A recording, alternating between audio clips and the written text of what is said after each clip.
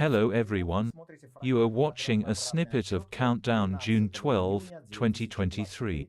Today is Monday. See the full version of the program on the Patreon resource.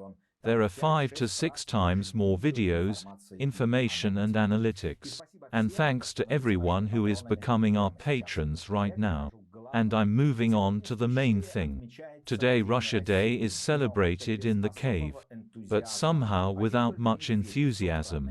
Only Medvedev lashed out in the morning and said that Maidan Nezalezhnosti would soon become the square of Russia. The mood in the cave is by no means festive. On the eve of the senator from the Crimea, Sergei Sekov blurted out something about the negotiations, which the Kremlin will go to, having received the Odessa, Nikolaev and Kharkov regions of Ukraine. But in Kyiv, no one even reacted to this nonsense. In the cave itself, they are celebrating for the third day, vodka, barbecue, fun. And what else remains for the magnatics? If all the same, the motherland will soon call to die. Tina Kandelaki at a party organized by Gazprom in St. Petersburg is choking with a surge of patriotism. Our country is growing, developing, holding on and fighting alone against the whole world.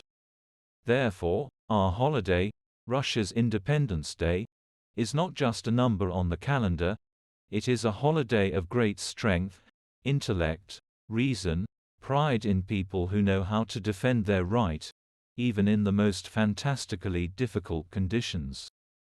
Putin, meeting with the cream of the cave collector in the Kremlin, called the heritage of his ancestors sacred, and assured him of loyalty to their traditions. That is, the immersion will be even deeper until the whole team drowns in red-brown. The State Duma is already preparing a package of laws on martial law, which will be introduced without fail. The only question is the timing. If Poland and the Baltic countries decide to send their army contingent to Ukraine, as ex-head of NATO Rasmussen mentioned, the Kremlin will immediately become hysterical that the NATO countries have begun to openly fight with Russia. They say that until now they have been waging war indirectly, through the supply of weapons to Kyiv, and now, finally, they personally appeared on the battlefield. Such a development of events can become a trigger for the introduction of martial law in the cave and even a missile attack on Poland and the Baltic countries, which the militant Alkapops has long been raving about in his fantasies. Naturally, such a development of events will force the fifth paragraph of the NATO Charter to be activated, but perhaps it is precisely this final swing that the Kremlin elite is striving for. The hawks of war do not have much time. The imbalance of the power part of the vertical led to the fact that even Gherkin, who is loyal to the Kremlin, squealed about turmoil.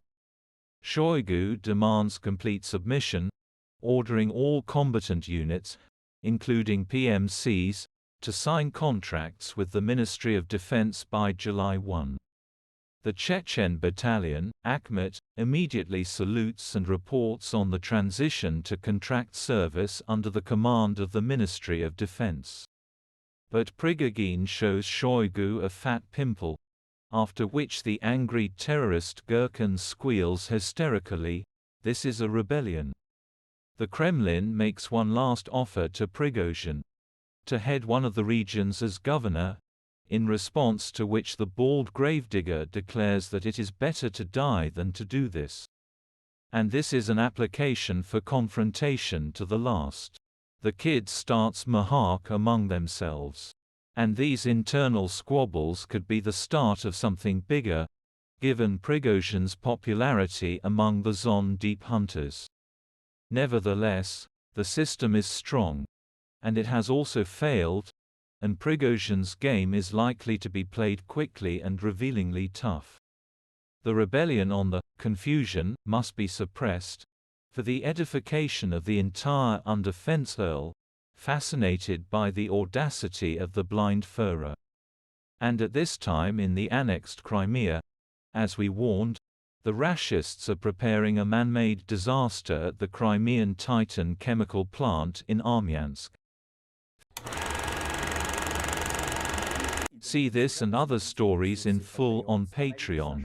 Become our patrons now and look further in this program.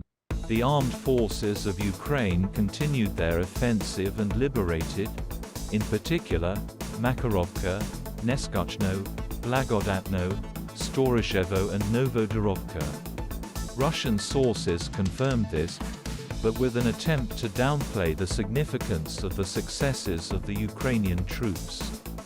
The mood in the cave is already so gloomy, and then Putin's friend passed away.